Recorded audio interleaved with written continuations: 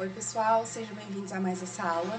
Então hoje a gente vai iniciar a parte de metabolismo, vendo primeiro o metabolismo dos carboidratos. Então hoje a gente vai abordar nessa videoaula a glicólise, posteriormente a gente vai ver o ciclo do ácido tricarboxílico, conhecido também como ciclo de Krebs, a CTE, a cadeia de transportadora de elétrons, e a fosforilação oxidativa.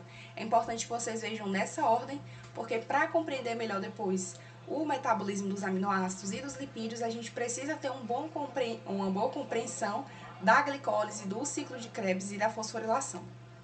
Então, essa imagem aqui eu gosto bastante dela, porque ela vai mostrar como o metabolismo ele está integrado. Então, quando a gente fala de carboidratos, ou de lipídio, ou de proteína, a gente fala isoladamente de cada um, inicialmente, no nosso estudo, mas o metabolismo ele está integrado. Então, existem ali, por exemplo, os aminoácidos não essenciais. O esqueleto de carbono desses aminoácidos pode ser produzido, por exemplo, a partir de glicose. Então, isso aqui está mostrando como eles estão bem integrados. A gente vê aqui, por exemplo, alguns aminoácidos que são glicogênicos, que serina, cisteína, alanina, que podem formar piruvato. O piruvato, por sua vez, pode dar origem novamente à glicose. A gente tem aqui o glicerol, do triacilglicerol, que pode formar o gliceraldeído-3-fosfato, pode ser utilizado também para produzir glicose. Então, vejam como o metabolismo ele está bem interligado, certo? E, começando propriamente o nosso estudo de hoje, o que é a glicose, A glicose, como a gente já viu, é um carboidrato, é uma hexose, e ela é basicamente o principal substrato oxidável para a maioria dos organismos. Então, obviamente, que a depender, por exemplo, da composição da dieta de uma pessoa, pode ser que se ela come muito mais gordura do que propriamente carboidratos, ela vai ter uma oxidação de ácidos graxos para a produção de energia consideravelmente maior do que glicose. Mas pensando em uma dieta padrão, em que os carboidratos eles são a maior parte ali da energia, a glicose ela vai ser esse principal substrato oxidável. Então, nas dietas mais comuns, como eu falei para vocês, aproximadamente 55% de carboidratos, pode ser mais, como amido, 35% como sacarose, 5% como lactose e 5% como glicose livre mesmo e outros monossacarídeos. Então, não é comum na alimentação a gente ter muita glicose livre. Obviamente, por exemplo, que frutas vão ter ali um pouco, mas em geral, a maior parte dessa glicose vai estar na forma de amido e também ali em menores quantidades no uso de sacarídeos, ou seja, ela vai estar aí em uma molécula mais complexa, um polímero. Então, a oxidação total da glicose é um processo exergônico. A gente já falou isso, o processo exergônico é aquele que, quando ocorre, libera aí uma grande quantidade de energia, de modo que os produtos, aquilo que ficou ali da reação, tem um conteúdo energético menor do que os reagentes, aquilo que deu início à reação. E a quantidade equivale a aproximadamente 2.870 kJ por mol. Nas células, essa transformação ela vai estar acoplada ao quê? A síntese de ATP. Então, a gente vai ver qual é o objetivo de oxidar ácido graxo, de oxidar glicose. É acoplar essa oxidação à síntese de ATP, certo? Que é um processo endergônico. Então, a gente viu lá as reações de acoplamento de reações exergônicas e endergônicas. Eu prego um processo que é favorável, que libera energia, e acoplo a um processo que é endergônico, que não é tão favorável. E assim o organismo consegue aí manter tudo funcionando. Então, a gente tem aqui a glicose, pode ser utilizada no nosso organismo para oxidação, no processo de glicólise. A glicose vai gerar o piruvato, depois o piruvato ali, a depender de como está o nível de oxigênio, etc., esse piruvato pode virar lactato ou vai virar acetil-CoA. A glicose também, em situação de abundância, uma pessoa que está comendo aí o suficiente, já produziu bastante ATP, tá sobrando ali glicose. Essa glicose ela pode ser armazenada, no caso dos seres humanos, ali na forma de glicogênio. A síntese de polímeros estruturais, então, vai compor a matriz extracelular, a polissacarídeo de parede celular, e também pode ser oxidada pela via da pentose fosfato. Então, a glicólise é a primeira etapa de oxidação da glicose. Então, a gente vai ver depois o ciclo de Krebs, depois vai ter a cadeia transportadora de elétrons e a fosforilação oxidativa, mas para chegar lá, a gente precisa da glicólise. Então, aí do grego glikes, que quer dizer doce ou açúcar, e lisis quebra. Então, a quebra daquela molécula doce, a quebra daquele açúcar, que é a glicose. A glicólise ela vai ter 10 reações sucessivas e os livros costumam dividir em duas fases, que é aquela fase de investimento, em que eu vou ter ali um gasto de ATP. Então, preste atenção, isso é interessante. Até para produzir energia, né, para produzir ATP, inicialmente há um gasto de ATP. Então, a glicólise ela tem sim inicialmente um gasto de ATP, e na segunda fase é a fase de pagamento ou a fase de produção de energia, em que a gente recupera aquele ATP inicial que foi gasto e tem ali um saldo também positivo, né? O saldo positivo vai ser de 2 ATP. É importante vocês saberem onde ocorre. A glicólise ela ocorre no citosol. E o saldo líquido, 2 ATP, né? Uma quantidade pouquinha, 2 NADH e 2 piruvatos. Esse NADH aqui, né, que é uma coenzima, ele vai ser utilizado lá, ele pode ser utilizado lá na cadeia transportadora de elétrons, ou ele pode ser utilizado no processo de redução do piruvato a lactato. A gente vai falar um pouquinho disso mais pra frente. Então, essa basicamente aqui é a reação global da glicólise. Uma coisa importante, a gente não pode pegar essa imagem e achar que simplesmente acontece assim, né? Tinha uma glicose, aí você coloca um NAD, bota ali ADP e fosfato e aí pronto. Virou piruvato, NADH, 2H+, 2ATP e 2 moléculas de água. Não. Isso aqui é uma simplificação de todas essas 10 etapas que a gente vai ver. Então, aqui é uma maneira geralzona, né, da gente ver como é a reação, mas a gente precisa entender que ela ocorre em etapas, certo? Se eu só colocar a glicose na presença de NAD+, de ADP e de 2-fosfato inorgânico, não vai acontecer nada. Por quê? Porque é todo um processo, é o que a gente vai ver agora. Então, a primeira etapa é a fosforilação da glicose. Só, gente, que é interessante a gente falar o quê? Eu já falo para vocês. Que essa fosforilação da glicose, ela não garante em si a glicólise. Por quê? Obviamente que essa fosforilação, ela faz parte do processo da glicólise. Mas a molécula de glicose, ela pode ser fosforilada e ser desviada para outra etapa. Tranquilo? Mas, para que tenha a glicólise, nós vamos precisar da fosforilação da glicose. O que é que acontece? O objetivo aqui é impedir essa saída de glicose da molécula. Quando a glicose ela é fosforilada, eu tenho aqui o primeiro gasto de ATP e eu vou fosforilar essa glicose. Como ali essa molécula ela se torna mais hidrofílica, ela não vai conseguir passar ali pela bicamada lipídica. Também não existem transportadores específicos para a glicose 6-fosfato. Então, quando a glicose ela é fosforilada, ela fica como se fosse presa ali dentro da célula, ela não consegue sair. Então, ao contrário da glicose, a glicose 6-fosfato é incapaz de passar ali pela bicamada lipídica. E aí, qual é a enzima? Né? Existem várias enzimas, algumas elas são importantes, principalmente o que? As enzimas aqui das etapas irreversíveis. Percebam, uma vez fosforilada, essa glicose 6-fosfato não vai voltar a ser glicose. O intuito ali é que a via siga, né, no sentido da glicólise, da oxidação. E quem é a enzima que faz essa fosforilação? É uma enzima que a gente já falou, a hexoquinase. No caso, hexoquinase é o nome genérico, existem 4 isoformas, hexoquinase 1, 2, 3 e 4. A hexoquinase do fígado, né, das células lá, os hepatócitos e as células betas do pâncreas, elas são chamadas de hexoquinase 4 ou glicoquinase, e a hexoquinase 1, que é a dos músculos esqueléticos, é chamada aí, obviamente, hexoquinase 1, né? Geralmente o livro só traz hexoquinase ou glicoquinase. E o que é que acontece? Deixa eu ver se eu coloquei aqui. Não coloquei. Mas eu já tinha comentado para vocês antes o quê? Que essas duas hexoquinases, a 1 e a 4, elas têm KM diferente. Ou seja, elas têm uma afinidade diferente pela glicose. A hexoquinase 4, ela tem um KM muito alto, logo ela tem uma baixa afinidade. Então ela só está mais ativa quando existe ali uma abundância de glicose na circulação, no sangue. Enquanto a hexoquinase 1, ela já tem um KM baixo, ou seja, ela tem uma alta afinidade. Então, mesmo na presença ali, na circulação, de concentrações mais baixas de glicose, essa hexoquinase aqui, ela vai estar bastante ativa, certo?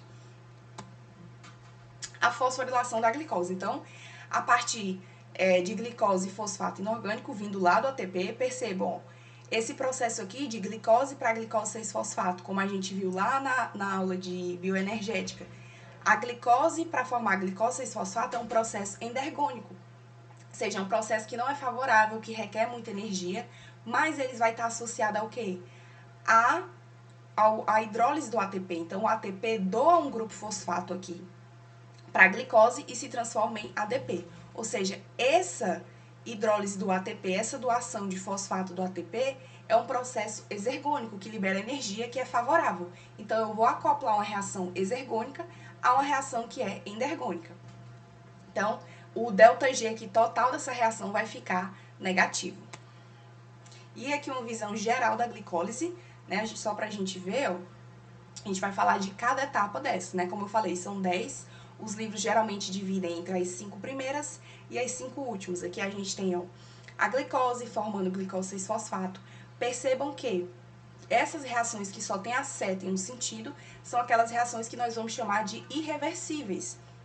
E as setas que tem aí duplo sentido, né, são as reações reversíveis. Então, aquelas que tem ali só uma setinha, é importante que vocês tenham noção do nome da enzima, porque são pontos, digamos assim, críticos da glicólise, certo? Então, aqui as primeiras 5 etapas, ó, a etapa preparativa ou preparatória, a gente tem aqui, ó, 2 moléculas de ATP sendo gastas, então o investimento inicial é de 2 ATP, e nas últimas 5 a gente tem a fase de pagamento, ó, aqui forma 2 ATP, e aqui também tá formando 2 ATP. Como no início a gente gastou 2 ATP, o saldo positivo é de 2, certo? São formados 4 ATP, mas o saldo positivo é 2. E uma coisa interessante, ó, percebam que aqui, a partir daqui da quinta reação, a gente vai ter, ó, entre parênteses aqui, esse 2-zinho, que é para dizer o quê? Que a reação está acontecendo duplicata, porque vai chegar um momento em que a molécula de glicose, ela vai ser quebrada, né, em 2 estruturas ali de carbono, com 2 esqueletos de carbono com 3 carbonos cada. Então, por conta disso, a reação aqui, ó, é duplicada, certo? E aí, vamos lá. Então, a gente já viu a formação de glicose 6-fosfato, né? Glicose sendo fosforilada e formando glicose 6-fosfato. A segunda etapa é só um processo de isomerização. A gente já viu isso. O que é que acontece? A gente tem, ó, os mesmos átomos, a mesma quantidade de carbono, a mesma quantidade de oxigênio, a mesma quantidade de hidrogênio, o mesmo grupo fosfato. Eu só mudei ali um pouquinho a conformação. Antes eu tinha uma aldose, a glicose ela é uma aldose, ou seja, a gente tem aqui, ó, o C-OH lá no fim do esqueleto de carbono, né, um aldeído. E quando ocorre o processo de isomerização, eu vou ter uma cetose, né? Aqui o C, aqui acho que ele colocou errado, gente, mas aqui é o C-O, a cetose é o C-O entre carbonos. Acho que ele colocou esse OH aqui, ficou errado. Mas a cetose é o C-O entre carbonos. Então, a gente tem uma reação, ó, que não é irreversível, pelo contrário, ela é reversível porque tem a dupla seta e não é um passo limitante ou regulado. Então, bem simples a segunda etapa, certo? Aqui a gente tem, ó, a fosforilação agora da frutose 6-fosfato. Agora sim, outra reação irreversível, que vai ser controlada pela fosfofrutoquinase 1, e uma reação que tem o que? Um gasto de ATP.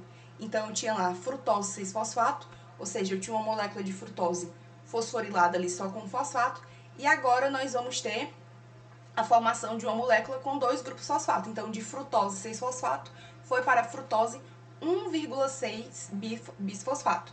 Ou seja, na posição do carbono 1 e do carbono 6 eu vou ter um grupo fosfato. E olha aqui de novo, reação irreversível, catalisada pela fosfofrutoquinase 1, e é um ponto, ó, o passo limitante da velocidade da glicólise. E ela vai ser considerada a primeira reação comprometida com a via. Por quê?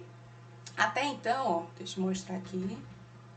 Até então, a gente tinha aqui, ó, glicose 6-fosfato, que poderia se transformar em outras coisas aqui, entrar em outras vias. Esse mapa é muito interessante porque ele mostra a via de maneira integrada. Então, a gente vê aqui, ó, o processo de glicólise, aqui síntese e degradação de triglicerídeos, o ciclo do ácido cítrico, o ciclo da ureia.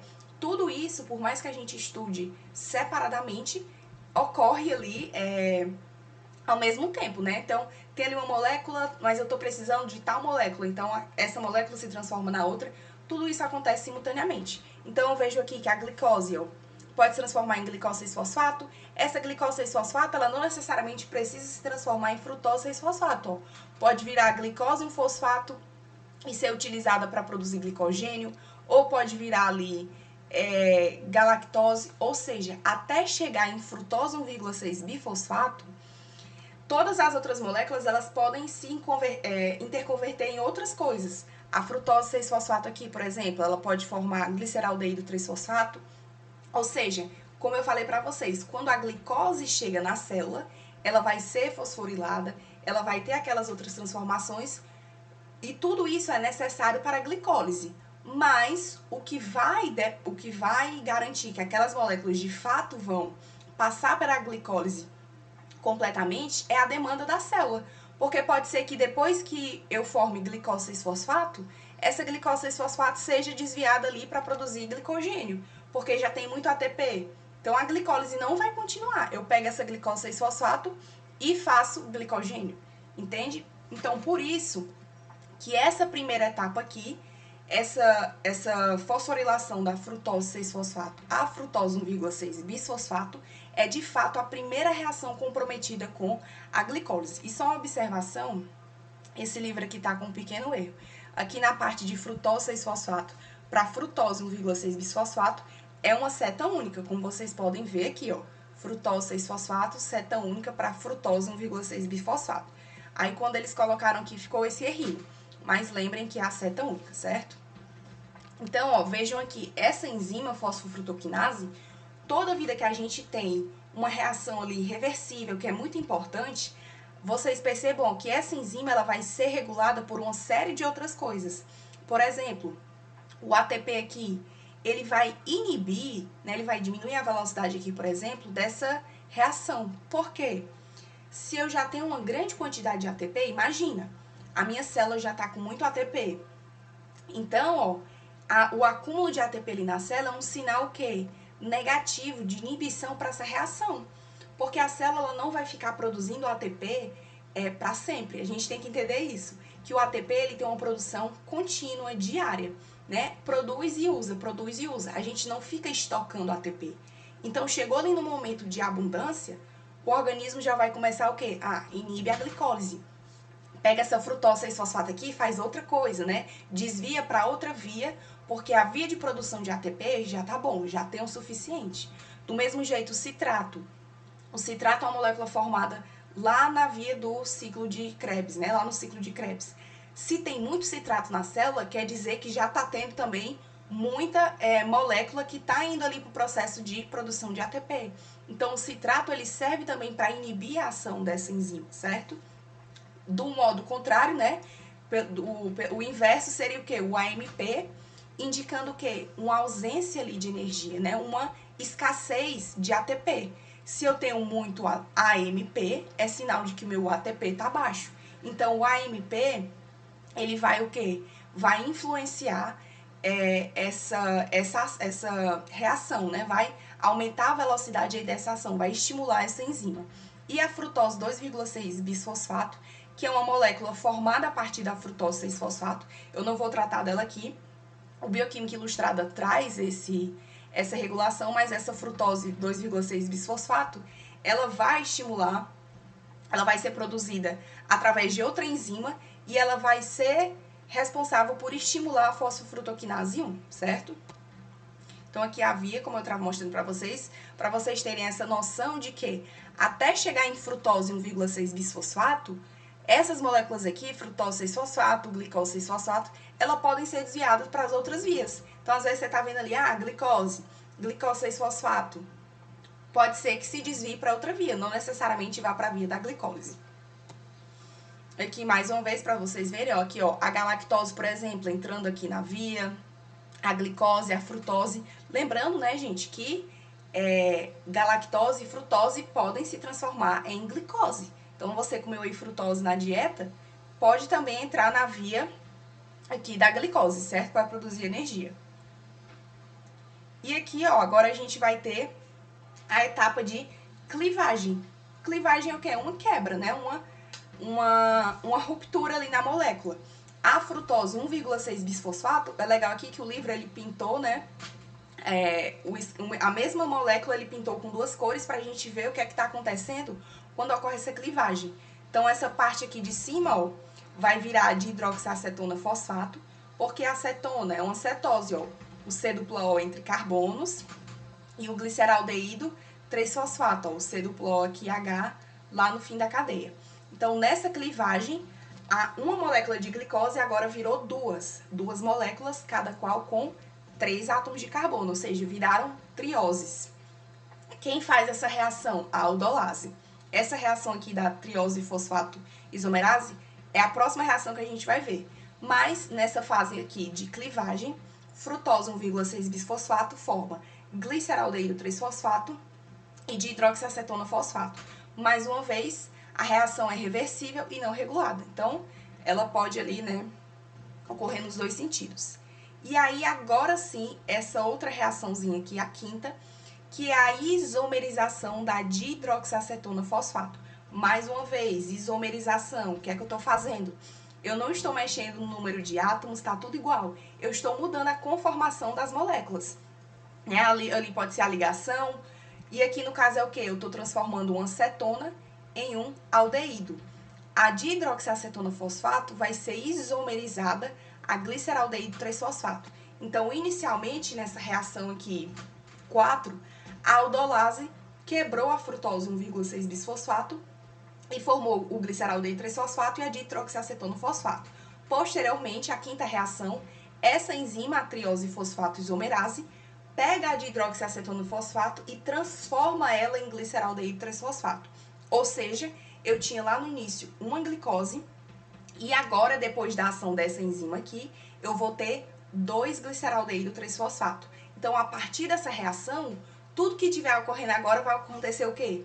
Em dobro, porque eu vou ter 2 gliceraldeído 3-fosfato. Então, as reações que a gente vai ver, elas estão acontecendo em duplicata, certo? Então, aqui, ó, percebam, a gliceraldeído 3-fosfato, não são duas? Então, a reação está duplicada. Continuando aqui, a gente vai ter uma reação de oxidação e a formação de um NADH, certo? O gliceraldeído 3-fosfato, por ação da enzima aqui, a gliceraldeído 3-fosfato desidrogenase, vai fazer aqui, promover a primeira reação de oxidação. Vamos lembrar, o que é oxidar? Oxidar é perder elétrons. Se alguém está perdendo elétrons, alguém precisa ganhar esses elétrons. Quem é que está ganhando esses elétrons? O NADH. O que, na verdade, o NAD+, que se transforma em NADH. O NAD+, é uma coenzima, que aqui, na forma de NAD+, está na sua forma oxidada. Quando recebe elétrons, fica como NADH. Então, o NAD+, é uma coenzima que está associada a uma desidrogenase, no caso aqui, a gliceraldeído 3-fosfato desidrogenase. O NAD+, recebe 2 elétrons e um íon hidrogênio, um H+. O outro, ó, é liberado ali no meio. Então, NAD+, vira NADH e o H+, foi liberado no meio. Por quê? Recebeu 2 elétrons e um íon hidrogênio. Então, o gliceraldeído perdeu elétrons. Quem pegou esses elétrons? O NAD+. E 1,3 bifosfoglicerato, portanto, é uma molécula derivada aí do gliceraldeído 3-fosfato. Esse NADH, mais lá para frente, ele pode ser utilizado no processo da cadeia transportadora de elétrons, ele vai ser reoxidado, ou, como a gente vai ver daqui a pouco, esse NADH ele pode ser utilizado para promover ali a redução do piruvato em lactato em situações específicas dentro da célula. E percebam, essa reação ela está associada também, olha aqui, ó, a uma fosforilação ali a nível do substrato. Não está sendo utilizado aqui nenhum ATP. Esse grupo fosfato aqui está livre. Então, essa molécula aqui, gliceraldeído 3-fosfato, vai ser oxidada e vai receber também um grupo fosfato se transformando em o quê? 1,3 bisfosfoglicerato. Ó, a oxidação do grupo aldeído do gliceraldeído 3-fosfato a um grupo carboxila está acoplada à ligação de um fosfato a esse grupo carboxila, certo? E aí, esse fosfato aqui de alta energia é que vai possibilitar a síntese do ATP nas próximas reações. E aí, vamos ver aqui, olha só. 1,3, não, por enquanto não olhem aqui para essa reação, né? Ela não é tão importante, olhem aqui para essa do meio. A 1,3 bifosfoglicerato, essa molécula, por meio da ação da fosfoglicerato quinase, percebam que também é uma reação reversível. É aqui a primeira formação de ATP que a gente vai ter. Esse fosfato aqui de alta energia vai ser utilizado para fosforilar o ADP e vai formar ATP. Então, a gente formou aqui ATP e 1,3 bifosfoglicerato se transformou no 3-fosfoglicerato, certo? Ou seja, foi utilizado aí na síntese de ATP. Essa reação aqui, lembrem-se, eu tenho duas moléculas de 1,3 bisfosfoglicerato. Então, se em uma reação eu formei um ATP, como está tendo outra reação, eu já formei 2 ATP. E lembrem lá, qual foi a quantidade inicial de ATP que a gente teve? A gente formou 2, que a gente gastou, foi 2 ATP. Então, quando essa reação aqui acontece, eu já estou pagando aquele investimento inicial de ATP. Por quê? Eu tenho duas moléculas de 1,3 bifosfoglicerato. Então, se em uma reação eu formei um ATP, como tem mais outra, já formei 2 ATP, já paguei o investimento inicial. Aqui, ó, falando, né, que recompôs. Essa reaçãozinha aqui, gente, ela acontece nos eritrócitos, se eu não me engano, não é muito importante, assim. No estudo, vocês podem dar uma aprofundada, não sei. Não coloquei. Deixa eu ver aqui. Não, eu não coloquei aqui. Mas, basicamente, 1,3 bifosfoglicerato, antes de se transformar em 3-fosfoglicerato, ele vai se transformar em 2,3 bisfosfoglicerato, ou seja, o que é que houve aqui? Qual é a diferença? É só a mudança do grupo fosfato. Aqui estava na posição do carbono 1 e do carbono 3, agora veio para a posição do carbono 2 e do carbono 3. E aí acontece o mesmo processo, né? A formação de ATP, só que por uma via, digamos assim, diferente. Esse processo aqui ele é mais expressivo nos eritrócitos, mas nas outras células pode acontecer, mas não em quantidades significativas, né? O Bioquímica Ilustrada ele vai abordar isso. Mas, de modo geral, nos livros a gente só fala aqui de 1,3 bifosfoglicerato formando 3-fosfoglicerato, certo? E aqui, ó, o exemplo aqui dessa fosforilação do ATP é chamada a nível do substrato, porque a gente teve a formação aqui, eu falei aqui a nível de substrato, né, a fosforilação, mas na verdade é aqui, porque a gente vai ter a formação de ATP que não está acoplada à cadeia transportadora de elétrons, né, a fosforilação oxidativa, e sim um grupo fosfato de uma molécula que foi utilizado para formar o ATP, tranquilo? Dando seguimento aqui, essa próxima reação é só uma troca aqui da posição do grupo fosfato. Então, de 3-fosfoglicerato, a gente vai ter o 2-fosfoglicerato, né? O grupo fosfato aqui foi de estar próximo ao carbono 3 para o carbono 2. Basicamente, só mudou uma reação reversível, nada de demais. A próxima reação, a gente vai ter a enolase, é uma reação em que ocorre uma desidratação, ou uma perda de uma molécula de água, e vai ocorrer também uma mudança aqui em como esse grupo fosfato tá. A gente vai ter o fosfenolpiruvato. Isso vai gerar uma redistribuição da energia dentro da molécula. É uma reação também reversível. Aqui a gente tem, ó, o enolfosfato de alta energia, que ele faz referência aqui. E esse fosfato aqui de alta energia, ele vai permitir na próxima reação, que é essa aqui que a gente vai ver, a formação das duas próximas moléculas de ATP. Então, lembrando, ó, nesse momento aqui a gente também tem duas moléculas de fosfenolpiruvato. Não esqueçam que desde lá daquela reação 5, né, depois que formou aqui os 2 gliceraldeídos 3-fosfato, todas essas reações aqui, ó, estão acontecendo em duplicata.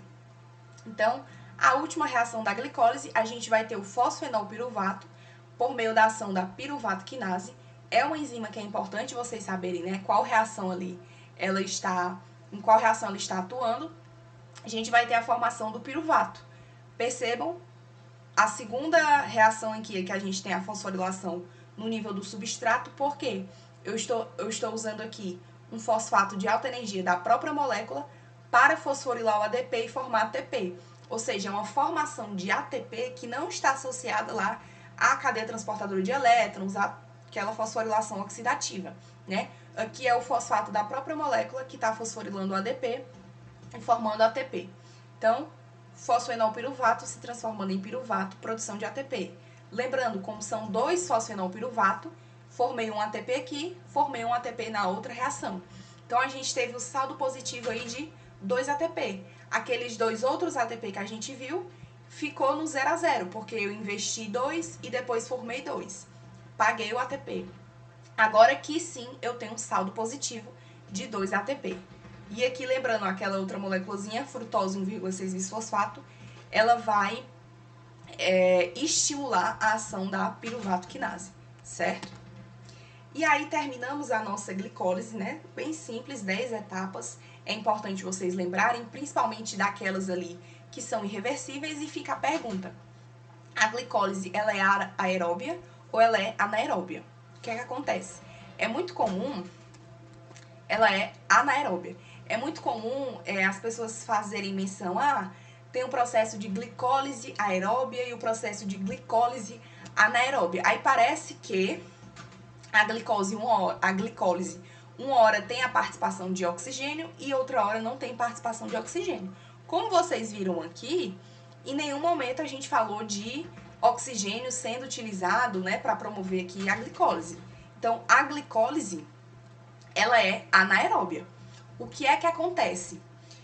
Quando o organismo está em uma situação em que a demanda energética ela é muito alta, né, em um curto ali período de tempo, e também em uma situação em que a quantidade ali de oxigênio não é suficiente, né, para prover a demanda do corpo, esse piruvato ele vai se transformar em lactato, ou seja, ele não vai se transformar em acetil-CoA, entrar no ciclo de Krebs, participar da cadeia transportadora de elétrons, que é um metabolismo que aeróbio. Por quê? Porque depois que ocorre o ciclo de Krebs, quando chega lá na cadeia transportadora de elétrons, a gente vai precisar sim de oxigênio. Então, o processo de glicólise, depois ciclo de Krebs, depois cadeia transportadora de elétrons e fosforilação oxidativa, ele é conhecido como metabolismo aeróbico, porque de fato essa oxidação completa da glicólise, lá no final ela vai requerer a presença de oxigênio. Só que aí é muito comum as pessoas se referirem a todo esse processo de glicólise, ciclo de Krebs, cadeia transportadora de elétrons e fosforilação oxidativa como glicólise aeróbia, sendo que independente do piruvato ali, que é a molécula final da glicólise, se esse piruvato formar lactato ou se esse piruvato formar acetil-CoA e for participar do metabolismo aeróbico, a glicólise ela continua sendo anaeróbia, certo? O que vai mudar é, se o piruvato formar acetil-CoA, né, for para o ciclo de Krebs, depois for para a cadeia transportadora de elétrons, aí sim nós vamos utilizar oxigênio e estamos falando de um metabolismo aeróbico. Mas a glicólise em si, ela nunca vai ter a participação de oxigênio, ela corre lá no citosol, ela é anaeróbica, certo? E aí o que é que acontece? Então, ó, percebam, glicólise aeróbia, o que é que as pessoas estão querendo dizer quando falam glicólise aeróbia? É todo esse processo de glicólise, e aí o piruvato vai se transformar em acetil-CoA, vai entrar no ciclo de Krebs, etc. Esse NADH aqui vai lá para a fosforilação oxidativa. Isso é o metabolismo aeróbico que inclui a glicólise e que as pessoas acabam chamando de glicólise, né, de maneira um tanto errônea, chamando de glicólise aeróbia. E o que seria a glicólise, que é de fato anaeróbia, mas no sentido popular de ser glicólise anaeróbia? Como eu falei para vocês, quando a gente tem a formação aqui do piruvato, né, ocorreu toda a glicólise, formou o piruvato. E aí imagina que você está fazendo um exercício muito intenso, então a sua necessidade de energia é muito grande, essa energia precisa ser fornecida de maneira muito rápida, e imagina ali que o oxigênio, né, você está respirando, mas esse oxigênio não está sendo suficiente ali para fornecer, né, aquilo que você precisa. Esse piruvato aqui, ele pode se transformar em lactato. E olha só o que é que vai acontecer. Para esse piruvato se transformar em lactato, o NADH, ele vai ser utilizado e a gente vai ter a regeneração do NAD+. Por que que isso é importante? Eu falei aqui o exemplo de uma pessoa, né, que está num exercício ali muito intenso e aí que o organismo acaba dando prioridade para fazer só a glicólise, porque justamente a energia precisa vir de maneira muito rápida e o oxigênio ele não está suprindo. Mas agora imagina, lembra lá dos eritrócitos maduros, né, das hemácias na sua forma madura. Elas não têm mitocôndria. Qual é o problema? Esse piruvato aqui, no caso das hemácias, ele não vai poder se transformar em acetil-CoA, ir para o ciclo de Krebs, ter o processo lá da cadeia transportadora de elétrons, da fosforilação oxidativa. Por quê? Porque a célula não tem mitocôndria. Então, o metabolismo aeróbico, no caso das hemácias maduras, é impossível. Elas não têm a mitocôndria. Só que essas células vão continuar precisando de energia. Ou seja, o processo da glicólise vai ter só o que? A glicólise. Só que aí tem um problema. Por que que essa conversão a lactato ela é muito importante? Olha só aqui. Lá quando a gente tem um gliceraldeído 3-fosfato formando 1,3-bifosfoglicerato, a gente viu que havia a formação de NADH, certo? Eu falei para vocês que esse NADH, ele recebeu 2 elétrons e 1 hidrogênio. Ou seja, ele saiu de um estado oxidado, que era o NAD+, e foi para o estado reduzido. O nosso organismo não tem quantidades ilimitadas de NAD+. Então, existe uma quantidade ali específica dentro da célula. E é o que acontece? À medida que moléculas de glicose vão passando ali pela glicólise, esse NAD+, ele vai acabar. E aí nós temos um problema. Por quê? Pensa lá no eritrócito maduro, que não tem mitocôndria. O NADH, para ele retornar ao NAD+, e para que essa glicólise continue acontecendo, esse NADH ele precisa ir para onde, ó? Lá para a cadeia transportadora de elétrons e sofrer o processo de fosforilação oxidativa. Por quê? Lá na cadeia transportadora de elétrons, o NADH deixa os elétrons que ele recolheu e volta para o seu estado oxidado de NAD+. E aí essa reação pode continuar acontecendo. Só que se eu tenho uma célula, que é o eritrócito maduro, que não tem mitocôndria, ou seja, não tem como eu pegar esse NADH e fazer ele voltar a ser NAD+, pelo processo aqui de cadeia transportadora de elétrons e fosforilação oxidativa. E aí o que é que eu faço? Qual é a solução? A redução do piruvato a lactato. Quando o piruvato é transformado a lactato, esse NADH aqui, ele doa os seus elétrons para o piruvato. Por isso que é um processo de redução. O piruvato recebe elétrons do NADH e se transforma em lactato. E aí nós temos a regeneração do NAD+. E assim esse processo ele continua acontecendo. Percebam, isso é muito importante. Se não houvesse essa regeneração aqui do NADH a NAD+, por meio da transformação do piruvato a lactato, o eritrócito ia ficar sem energia. Por quê? Ia chegar a um ponto que ia acabar o NAD+, e não ia ter como a glicólise continuar acontecendo. Ia ficar cheio de NADH aqui e não ia ter mitocôndria, não vai ter mitocôndria para reoxidar esse NADH. Então, por isso que a glicólise ela é crucial nos eritrócitos nos eritrócitos maduros, porque eles não têm mitocôndria. E como a gente falou, em situações o quê? Em que existe uma demanda muito grande de energia em um curto período de tempo. Porque aí, ó, por mais que a glicólise só vai gerar 2 ATP, é um processo mais rápido, né? Só esses 10 passos aqui é mais rápido do que se esse piruvato ainda fosse virar acetil-CoA, ainda fosse para o ciclo de Krebs, aí depois tem a cadeia transportadora de elétrons para ter a fosforilação oxidativa. Ou seja, a oxidação completa da glicose ela é muito mais demorada do que só a glicólise em si, né? Ela gera mais energia? Gera. A oxidação completa, o metabolismo aeróbico da glicose, gera mais energia, mas é mais demorado. Então, em situações, como a gente viu, de demanda energética alta, em um curto período de tempo, a glicólise ela vai se tornar muito predominante e além da glicólise a gente vai ter o quê? A formação de piruvato, a formação de lactato, na verdade, a partir do piruvato, que vai regenerar o quê? O NAD+. E aí a glicólise continua acontecendo, certo? Lembrando que esse lactato, ele pode deixar ali, por exemplo, a célula, no caso aqui do músculo, pode deixar o músculo, lá no fígado, ele pode se transformar em glicose novamente, certo? Então aqui, ó, tudo que eu falei pra vocês, a redução do piruvato, né, o piruvato, formando aqui lactato, a enzima aqui, a LDH, e a gente vai ter o quê? No sentido aqui de piruvato para lactato, ó, a regeneração do NAD+. O NADH aqui doa os seus elétrons e regenera o NAD+, a forma oxidada, certo?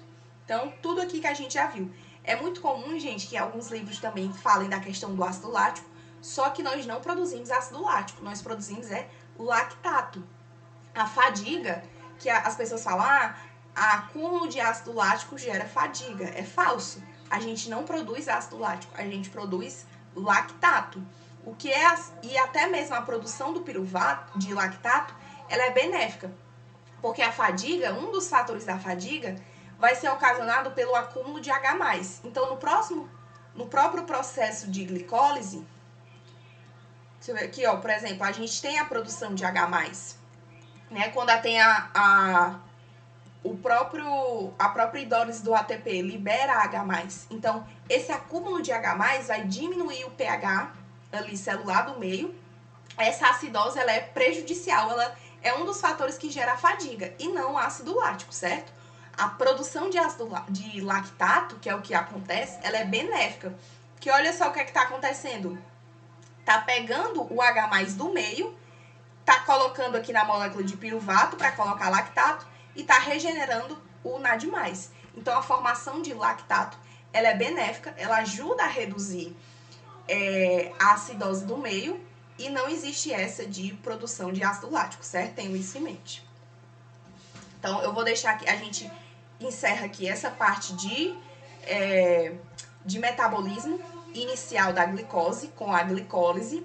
Lembrem-se, glicólise é anaeróbica, né? Não tem uso de oxigênio na glicólise. O que pode acontecer é o destino do piruvato pode ser um destino ali que vai gerar um metabolismo aeróbico, né? Quando tem o ciclo de Krebs, a cadeia transportadora de elétrons e a fosforilação oxidativa. Se o piruvato for reduzido a lactato, é um metabolismo completamente anaeróbico, que aí realmente em nenhum momento vai ter uso de oxigênio, certo? Não esqueçam disso, é muito importante. E eu vou deixar aqui para vocês a leitura complementar sobre as coenzimas. Então, eu falei aqui do NAD+, né? O NAD+, virando NADH, mas a gente vai ter também o FAD. Deixa eu ver se eu acho aqui. Eu coloquei aqui, ó, mas acho que tem no próximo, que é o NAD+, e o FAD. Então, o FAD tá aqui, ó, não tava olhando. O NAD+, que é a nicotinamida adenina dinucleotídeo, e o FAD, a flavina adenina dinucleotídeo, que são derivados aí de vitaminas, né? Mais uma vez, qual a importância de vitamina e de mineral? Tudo que é reação no nosso organismo, né, essas vitaminas, esses minerais podem atuar aí como cofatores, então são bastante importantes. Então, dê uma lida aqui quando eu passar os slides para vocês. E na próxima, aqui já é o nosso objetivo da próxima aula, ver o ciclo do ácido tricarboxílico, certo? Então, vou deixar as referências aqui no link e vejo vocês na próxima aula.